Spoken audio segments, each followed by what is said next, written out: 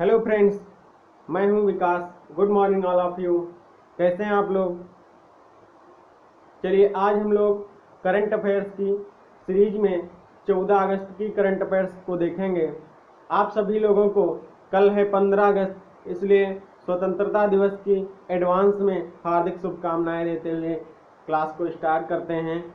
आप लोगों को हमारा वीडियो अगर पसंद आए तो लाइक ज़रूर किया करिए और कमेंट बॉक्स में हमें उत्तर भी दिया करिए। आप अभी तक हमें हमारे अगर चैनल को सब्सक्राइब नहीं किए हैं तो प्लीज़ सब्सक्राइब जरूर कर लीजिए। यहाँ पे क्वेश्चन लिखा है पहला, मॉरिटानिया के नए पीएम कौन बने हैं? तो मॉरिटानिया एक देश है, ये पड़ता है हमारा अफ्रीका महाद्वीप में। मॉरिटानिया कहाँ पड़ता है? मॉरिटानिया पड़ता है हमारा अफ्रीका महाद्वीप में। अफ्रीका महाद्वीप में मॉरिटानिया एक देश है जो पड़ता है अफ्रीका महाद्वीप में। और यहाँ के नए पीएम कौन बने हैं? तो ये नए पीएम बने हैं मोहम्मद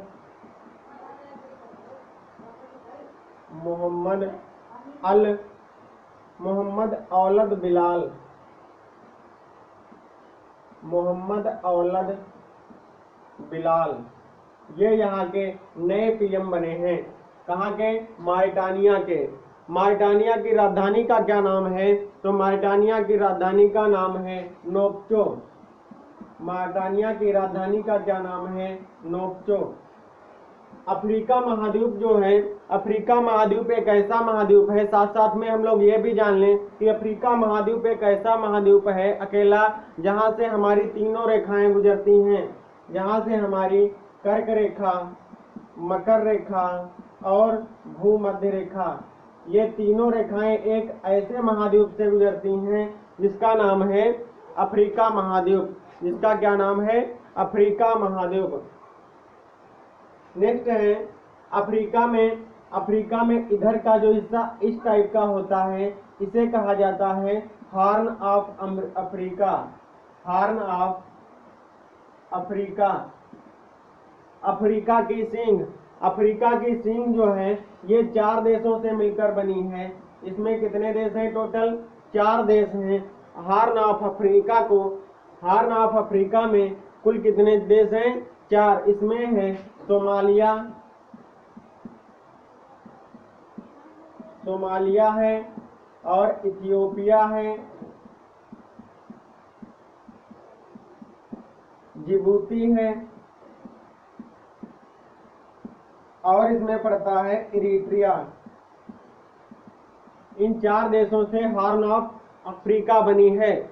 इन 4 देशों से हॉर्न ऑफ अफ्रीका बनी है। हॉर्न ऑफ अफ्रीका में 4 देश हैं जिनका नाम है सोमालिया, इथियोपिया, जिबूती और इरिट्रिया। ये 4 देश जो हैं ये अफ्रीका की सींग बनाते हैं।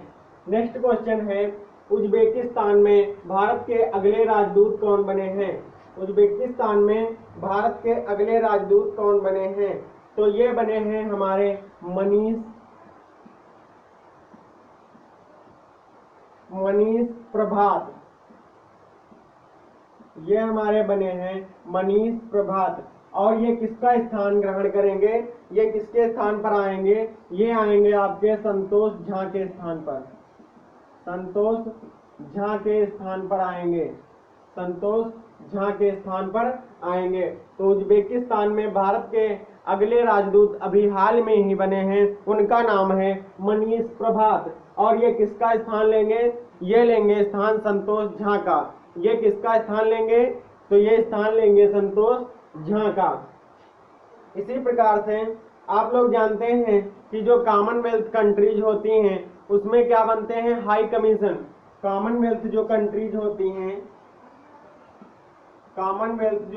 होती हैं वहां बनाए जाते हैं हाई कमीशन, जिनका नाम होता है हिंदी में उच्चायुक्त। और जो नॉन कॉमनवेल्थ होते हैं कंट्रीज वहां पे बनाए जाते हैं एम्बेसडर्स बनाए जाते हैं, जिनको कहा जाता है राजदूत। जिनको क्या कहा जाता है? राजदूत। तो ये हम लोगों ने जाना कि कॉमनवेल्थ कंट्रीज जो होती हैं, जो राष्ट्रमंडल देश होते हैं, वहाँ पे क्या नियुक्त किए जाते हैं, हाई कमीशन या उच्चायुक्त नियुक्त किए जाते हैं। और जो नॉन कॉमनवेल्थ कंट्रीज होती हैं वहाँ पे क्या नियुक्त किए जाते हैं, एम्बेसडर्स, जिनको हिंदी में कहा जाता है राजदूत। तो यहाँ पे देखिए, ये जो उज्बेकिस्तान है इसकी राजधानी क्या है, उज्बेकिस्तान की राजधानी है ताशकंद।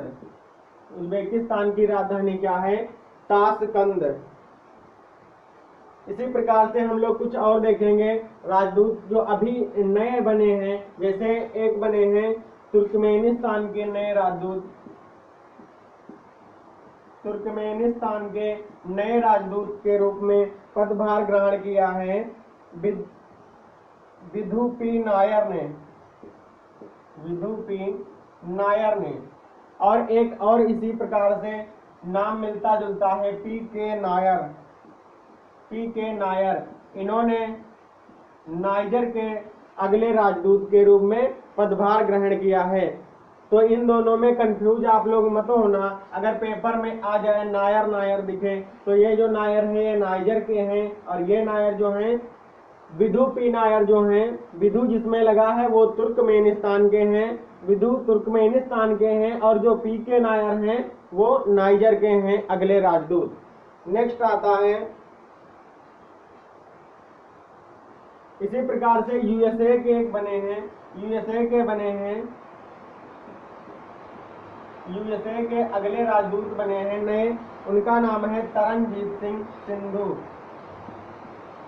तरनजीत सिंह सिंधु। तरनजीत सिंह सिंधु ये किसका स्थान लेंगे, यूएसए के बने हैं नए अगले राजदूत, तो ये लेंगे हर्षवर्धन, ये स्थान लेंगे तरनजीत सिंह सिंधु हर्षवर्धन श्रृंगला का, हर्षवर्धन श्रृंगला का स्थान ये ग्रहण करेंगे। हर्षवर्धन श्रृंगला हाल ही में क्या बनाए गए हैं, हमने पिछले वीडियो में डिस्कस किया था। हर्षवर्धन श्रृंगला जो हैं हाल ही में विदेश सचिव बना दिए गए हैं। क्या बना दिए गए हैं, विदेश सचिव। हर्षवर्धन श्रृंगला जो थे इससे पहले क्या थे, विदेश सचिव से पहले क्या थे, वो थे यूएसए के राजदूत, लेकिन यूएसए के नए राजदूत बना दिए गए हैं, वो हैं तरनजीत सिंह सिंधु। अब तरनजीत सिंह सिंधु किसका स्थान ग्रहण किए हैं, हर्षवर्धन श्रृंगला का। हर्षवर्धन श्रृंगला किसका पद ग्रहण किए हैं, विदेश सचिव का। अब विदेश सचिव इससे पहले कौन थे हर्षवर्धन श्रृंगला से, तो ये थे विजय केशव गोखले, ये थे विजय केशव गोखले। हर्षवर्धन श्रृंगला से पहले विदेश सचिव कौन थे, विजय केशव गोखले। तो इतनी जानकारी हमने इस क्वेश्चन से डिस्कस की है। नेक्स्ट है, ऑस्ट्रेलिया के विक्टोरिया में ब्रांच ओपन करने वाला भारतीय पहला बैंक। तो ये भारत का पहला बैंक कौन बना है जिसने ऑस्ट्रेलिया के विक्टोरिया में अपना पहला ब्रांच खोला है, यह बना है state bank of India, state bank of India. यह बना है भारत का ऐसा पहला बैंक जिसने ऑस्ट्रेलिया के विक्टोरिया में अपनी पहली ब्रांच ओपन की है। नेक्स्ट है, अमेरिका में उपराष्ट्रपति पद के उम्मीदवार के रूप में किस भारतीय मूल को नियुक्त किया गया है या नामित किया गया है। तो अमेरिका के उपराष्ट्रपति पद के उम्मीदवार के लिए भारतीय मूल के ऐसे व्यक्ति हैं जिनका नाम है कमला हैरिस, जिनका नाम है कमला हैरिस। कमला हैरिस को जो भारतीय मूल की हैं, इनको अब की बार जो उपराष्ट्रपति का चुनाव होने वाला उसमें उम्मीदवार पद के रूप में नामित किया गया है। नेक्स्ट है, अच्छा, जो अपने यहाँ लोकसभा और राज्यसभा होते हैं, जो अपने यहाँ लोकसभा और राज्यसभा होते हैं, उसी प्रकार से जिस प्रकार से अपने यहाँ लोकसभा को निम्न सदन और राज्यसभा को उच्च सदन कहा जाता है, उसी प्रकार से यूएसए में जो होता है, यूएसए में एनएस जो होता है, निम्न सदन जो होता है, उसे कहा जाता है house of representative, house of representative, इसको कहा जाता है निम्न सदन, या अपने यहाँ इसे क्या कहा जाता है, लोकसभा। अपने यहाँ क्या कहा जाता है, लोकसभा। इसी प्रकार से यूएसए में उच्च सदन को कहा जाता है सीनेट। सीनेट, सीनेट को अपने यहाँ उच्च सदन को क्या कहा जाता है, राज्यसभा। इसी सीनेट के उम्मीदवार नियुक्त की गई हैं कमला हैरिस। कमला हैरिस जो कि भारतीय मूल की हैं। अरुणोदय योजना किस राज्य ने शुरू की है, तो अरुणोदय योजना जो है ये असम राज्य सरकार ने शुरू की है। ये किस सरकार ने शुरू की है, असम राज्य की सरकार ने। इस योजना के अंतर्गत क्या होगा, इस योजना में असम में अभी आपने देखा होगा कि बीते दिनों में बहुत भारी बाढ़ आ गई थी। असम में अभी बीते दिनों में बहुत भारी बाढ़ आ गई थी। अब उस बाढ़ से जो पीड़ित हैं, वहां के लगभग 17 लाख परिवारों को वित्तीय सहायता देने के लिए ये योजना शुरू की गई है, अरुणोदय योजना।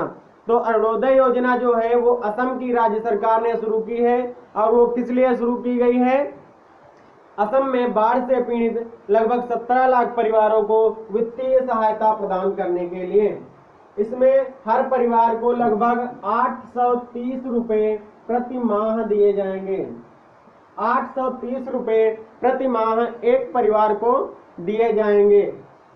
नेक्स्ट आता है असम के सीएम कौन है, तो प्रेजेंट टाइम में असम के सीएम हैं Sarbananda Sonowal. Sarbananda Sonowal.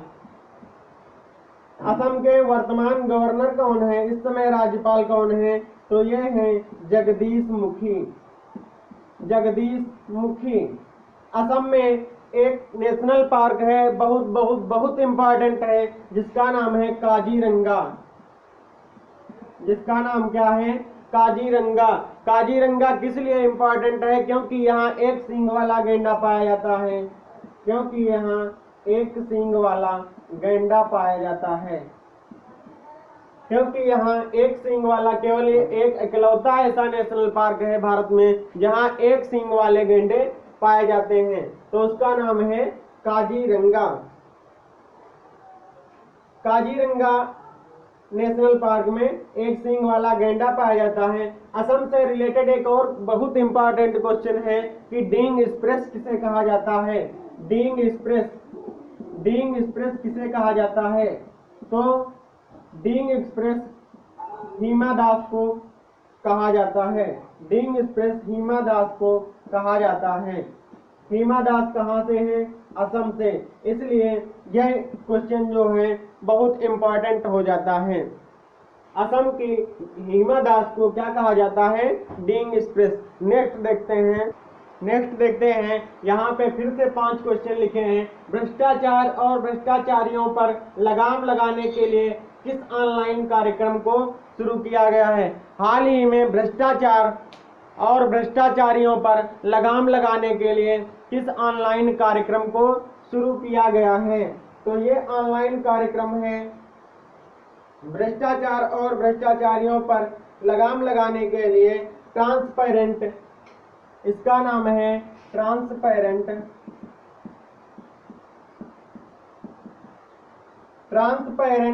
Tax honouring the honest. इस कार्यक्रम को शुरू किया गया है।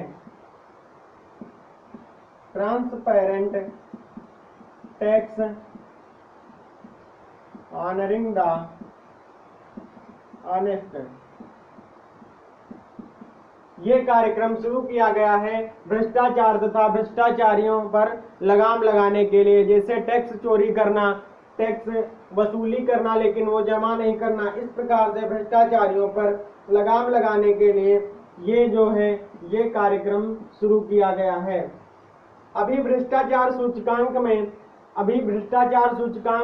सूचकांक की लिस्ट आई थी, उसमें भ्रष्टाचार सूचकांक में भारत का जो था, भारत 80 नंबर पर था। 80वें स्थान पर था। भारत का कितना स्थान था? 80वां स्थान। भारत कितने स्थान पर था? 80वां स्थान। सबसे नंबर 1 स्थान पर जहां पे बिल्कुल भ्रष्टाचार नहीं है, सबसे फर्स्ट स्थान था डेनमार्क का। किसका स्थान था इस लिस्ट में? डेनमार्क का। डेनमार्क में बिल्कुल भ्रष्टाचार नहीं है। तो इसका भ्रष्टाचार मुक्त जो था वो कौन सा देश था? डेनमार्क हमारा था। नेक्स्ट आता है क्वेश्चन, किस कंपनी ने file sharing feature near by share launch किया है? नियर बाई शेयर लॉन्च किया है। किस कंपनी ने file sharing feature near by share launch किया है? तो हाल ही में एक कंपनी है गूगल, आप सब लोग जानते होंगे गूगल। तो जो गूगल कंपनी है उसने file sharing feature near by share launch किया है। तो गूगल ने हाल ही में एक file sharing feature near by share launch किया है। जिस प्रकार से शेयरिट है या अन्य हैं ऐप, उसी प्रकार से ये भी एक फीचर है नियर बाई शेयर। इसको किसने लॉन्च किया है? गूगल ने लॉन्च किया है हाल ही में। जापान ने किस देश के लिए 3.1 बिलियन डॉलर के अपने सबसे बड़े ऋण को मंजूरी दी है? जापान का अब तक का सबसे बड़ा ऋण है ये। और ये बताइए 3.1 बिलियन डॉलर है। 3.1 बिलियन डॉलर ये किस देश के लिए उसने मंजूरी दे दी है इतने बड़े ऋण के लिए? तो ये देश है आपका बांग्लादेश। बांग्लादेश को इतना बड़ा ऋण दिया है। बांग्लादेश को उसने अपना सबसे बड़ा ऋण अब तक का उसको मंजूरी दे दी है 3.1 बिलियन डॉलर की। 3.1 बिलियन डॉलर की जापान ने बांग्लादेश को ऋण के रूप में देने के लिए मंजूरी दे दी है। तो यहाँ पे जो है ये जो बांग्लादेश है, तो बांग्लादेश की राजधानी हम लोग जानते हैं। बांग्लादेश की राजधानी क्या है? ढाका। बांग्लादेश की राजधानी वर्तमान में क्या है? ढाका। और यहाँ की करेंसी जो है उसे कहा जाता है टका। बांग्लादेश की करेंसी क्या है वर्तमान में? तो ये है टका। नेक्स्ट है बांग्लादेश के वर्तमान में प्रेसिडेंट है कौन है? तो वर्तमान में बांग्लादेश के प्रेसिडेंट हैं अब्दुल हमीद।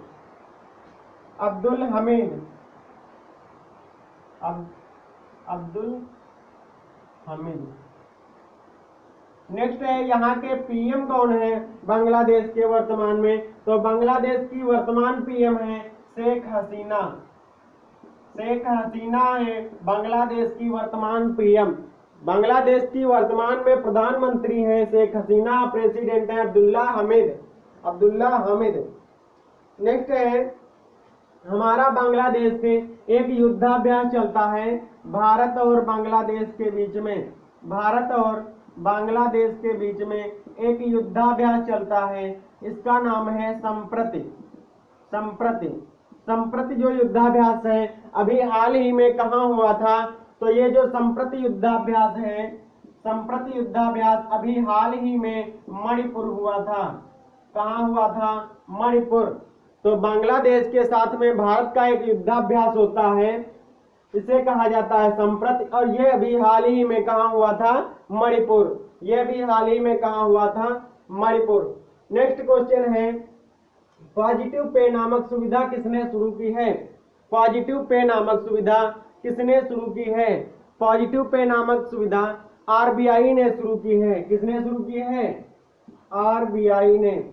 ये क्या है, ये किस लिए शुरू की गई है पॉजिटिव पे? तो पॉजिटिव पे जो सुविधा है वो 50,000 से ऊपर का जो चेक होता है, 50,000 रुपए से ज्यादा चेक, उसको वेरीफाई करने के लिए आरबीआई ने पॉजिटिव पे नामक सुविधा स्टार्ट की है। नेक्स्ट क्वेश्चन है किस राज्य के मोयरा केला को जीआई टैग प्राप्त हुआ है?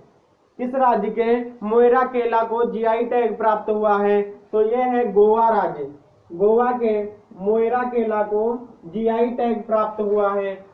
इसी प्रकार से गोवा के और भी हैं कुछ खाद्यान्न जिसे जीआई टैग प्राप्त हैं, जैसे गोवा का एक आता है आपका गोवा का एक आता है खाजे प्रसाद होता है, खाजे। ये वहाँ के मंदिरों और चर्च जितने भी हैं गोवा के, उनमें बांटा जाता है, वितरित किया जाता है। तो खाजे, वहाँ के खाजे प्रसाद को भी जीआई टैग प्राप्त है। वहाँ के खाजे प्रसाद को भी जीआई टैग प्राप्त है। एक वहाँ की आती है हरमल मिर्च, हरमल मिर्च गोवा की है, इसे भी जीआई टैग प्राप्त है। हरमल मिर्च को भी, गोवा की एक आती है हरमल मिर्च, उसे भी जीआई टैग प्राप्त है आपका।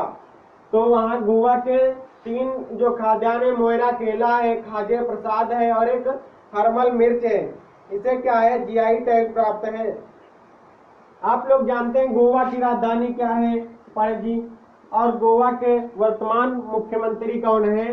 तो गोवा के वर्तमान मुख्यमंत्री हैं प्रमोद सावंत, प्रमोद सावंत। गोवा के वर्तमान मुख्यमंत्री कौन है? प्रमोद सावंत। इसी प्रकार से गोवा के गवर्नर हैं वर्तमान में सत्यपाल मलिक, गोवा के गवर्नर हैं सत्यपाल मलिक। गोवा के वर्तमान गवर्नर हैं या वर्तमान राज्यपाल हैं कौन? सत्यपाल मलिक। तो वर्तमान राज्यपाल गोवा के कौन हैं? सत्यपाल मलिक। गोवा के नए डीजीपी बने हैं अभी हाल ही में।